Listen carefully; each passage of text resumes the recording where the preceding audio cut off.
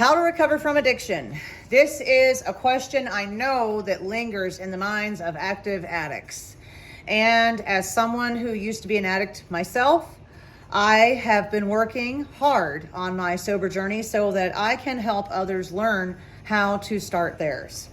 So, the first thing I can tell you is that when you use whatever drug you use, your brain releases a chemical called dopamine. The brain normally releases dopamine throughout the day in certain amounts, but when you use a drug such as methamphetamine, the brain releases 12 times the amount of dopamine. It also does this when you use heroin or painkillers.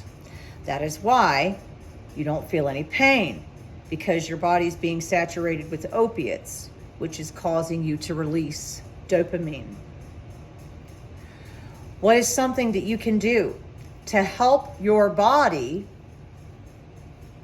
need less and less of this dopamine? When you come off of whatever you're coming off of, or when you end up going into withdrawal, you're in withdrawal because your brain is lacking dopamine. This is why Suboxone, Subutex, and medications of the like are so successful among addicts. But what doctors don't tell you is tapering off of that drug is no different than coming off of the drug that you're coming off of. What it does is it postpones your withdrawal. And you can take 2 or 5 or 10 years, everybody's different, to learn coping mechanisms, strength, how to get out of codependency, how to heal from dysfunctionality. And then you can start things like meditation, which releases dopamine, yoga, which releases dopamine, listening to certain frequencies that release dopamine. Energy healing is some of the most popular forms of medicine growing in these days. And I am a Reiki master, and I do give away my services. I do not charge. I want to help people who have been where I've been understand that all is not lost. Now, you might be someone who is using something called Kratom to come off of your Suboxone. That's a no-no.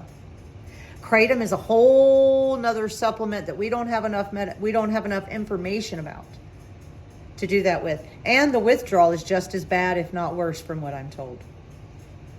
Kratom is highly addictive. And if it's working for you and that's all you're taking, good for you. But I know people who are so hooked that if they don't take it, they are in a bad withdrawal. This is not what we want. We don't want to come off of Suboxone and go get on something that is pretty much a natural form of buprenorphine. You don't want to do that, okay? What you want to do is you want to use meditation. You want to use yoga. These things that release dopamine and the binaural beats, those release dopamine. These things are good for you. They're good for the body. So start looking up. You can look it up right here on YouTube. Meditation to release dopamine, or sound healing to release dopamine. Frequency healing. I have tuning forks. Crystals and stones carry vibrations and frequencies. This is medical science. Ayurvedic medicine is a wonderful thing to get into. So, if you are someone who is actively in addiction right now and you don't have access to Suboxone, may I suggest access to cannabis. Cannabis is going to be the next outlet. Cannabis has never killed anyone. We have no record of anyone dying from cannabis, okay? And I just want to say that I am a medical patient in the state of Utah. I was also a medical patient in the state of Arizona, and I also used to work with a doctor who certified patients. I have lots of knowledge, but I will never ever give you medical advice or tell you not to see a professional. You know, and I guess I should say, if you're wanting to come off of drugs, see a professional, but not everybody has that option. Not all of you have insurance or money or cash. Not all of you have the means to do that. Sometimes you have to call and make an appointment. And it's like, no, I'm in withdrawal now. I need medicine now. Well, our next opening is in a couple of weeks. So I'm going to be using for the next couple of weeks. This is a horrible thing. This is why I'm so glad more family practitioners and things are starting to prescribe Suboxone and medications of the like. But if you are someone who is not able to get access to those things, please, I would ask that you go and try a supplement called Kratom. If you are coming straight off of heroin and you have no other way, Kratom is a good way to come off of heroin, but you still need a plan. And with Kratom, you're having to buy that. You're having to rely on yourself that you're going to have the money to get that supplement. And if you're an addict and you're living day to day trying to get your fix, you're not going to be able to do that. That's why having insurance or having a way to get to a doctor and get these medications such as buprenorphine treatment is important. But if you can't do any of that, I will suggest that you do sound healing, and you can look up frequency healing. Frequency healing can help you in so many ways. Listening to binaural beats at night with a black screen like they have on YouTube. You can search binaural beats with a black screen for sleep and listen to it all night.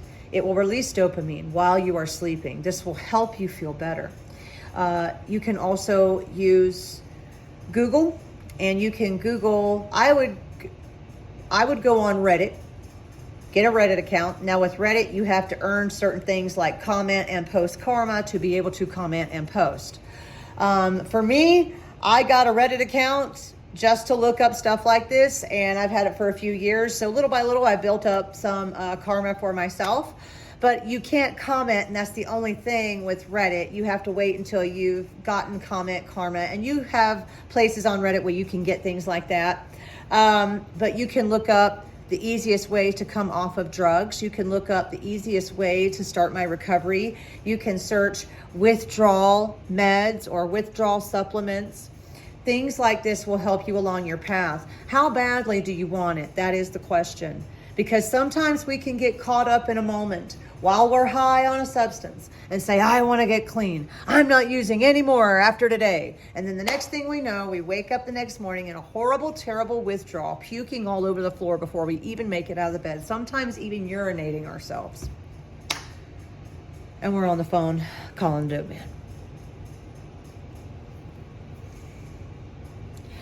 I literally woke up one morning so I could go buy heroin and use it and kill myself. I was laying next to the man I now call my husband, and he had went to sleep, and he was working. He was doing all the things that a man should do. He quit using just to take care of us, and I couldn't stop. I had lost my two youngest children. I was drowning in despair. And I remember he went to sleep and I laid there, and even though I didn't fully believe in a higher power yet, I would mentally have conversations, telepathically I suppose, with what I thought was God. And I remember saying, I don't know why he's here, but tomorrow morning if I wake up and I am not miraculously out of withdrawal, I want to die.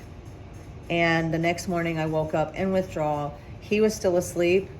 And I went and got $100 worth of the stuff. And I mean, I was ready to go. I had made peace with it. I was ready to go.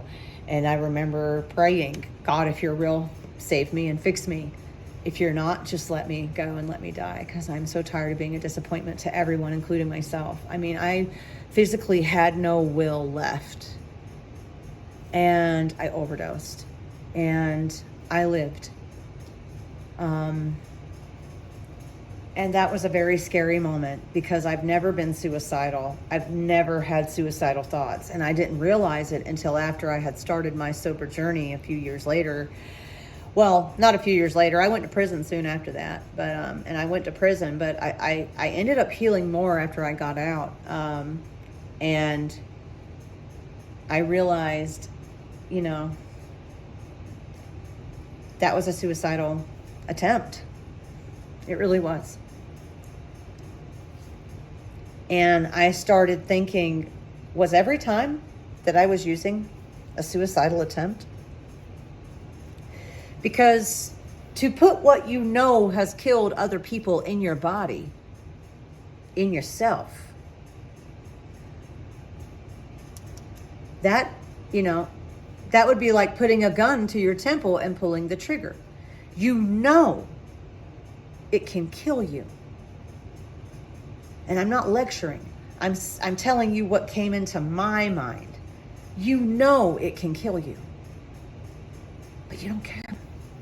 Because that feeling and that place that drug takes you is far more important to you than your very own life and well-being.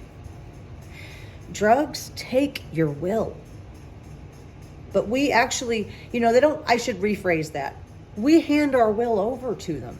And some people say, well, the doctors, they prescribed me the pills. Honey, the doctors were just as much a victim to it as you were. Because I guarantee you, not all of them knew back in the 90s that it would cause such an epidemic. Now, yeah, some of them did, and we have proof of that today from series on Hulu like, Dope Sick.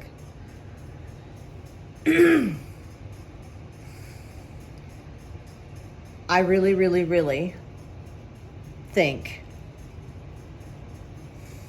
and I know some of you don't believe in a higher power, and that's fine, but if you do, even if you don't, whatever you do believe in, just speak out and say, look, if something out there can give me sobriety, can bring me to my sobriety, here I am. Take me. If something out there can give me my truth, can teach me my truth, and help me live and speak only my truth, take me. Here I am. It's up to you. And like I said, even if it's an emotional moment while you're high on something and you feel guilty and you're ready, you say to yourself, I really want to quit, but it's so hard. Start praying to whatever's out there. Is there anything out there that can help me get sober? Is there any higher power that I'm not aware of, that I haven't seen evidence of yet, that can help me be better and help me be clean and help me be sober-minded? What is there that can help me recover? Is there a supernatural being beyond us that can help me?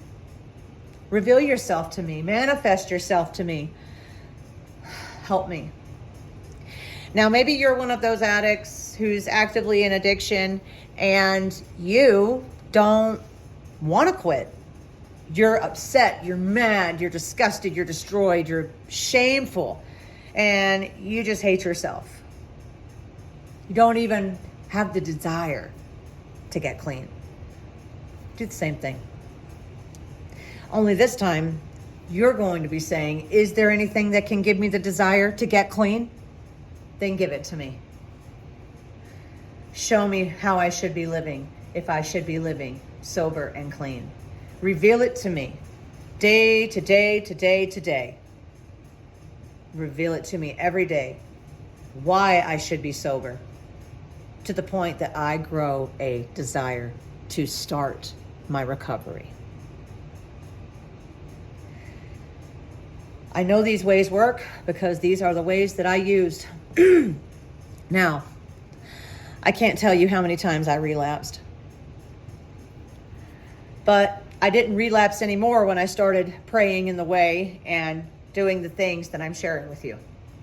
When I started making a real effort and asking for whatever there is out there to show me that I could, I started seeing results. You do have to call upon a higher power. And I begged God while I was high many times, please save me from this. Please. Because I want to be normal. I don't want to have to need this. And now I feel God with me every day. There are people who I hear say, I wish I could get baptized again just to feel what I felt. And you know what? I used to think the same thing. I've grown and I've realized Baptism doesn't give you the Holy Spirit. How you live and how you portray yourself and how you talk to God and how you invite the Spirit, that is what keeps the Spirit with you. Because I wake up and I feel the Spirit with me every day. Stronger and stronger. Stronger than I felt it at baptism, as a matter of fact. But I do wish the best for all of you. And please, I love to personally pray for people. And I love to personally, meditate on those who are suffering and send them comforting vibes. So if you are someone who knows of someone who is struggling in active addiction, please just put their initials below. You don't have to put their name. If you want to put their name, go ahead, put their name. I just don't want no issues. But put their initials or their name below.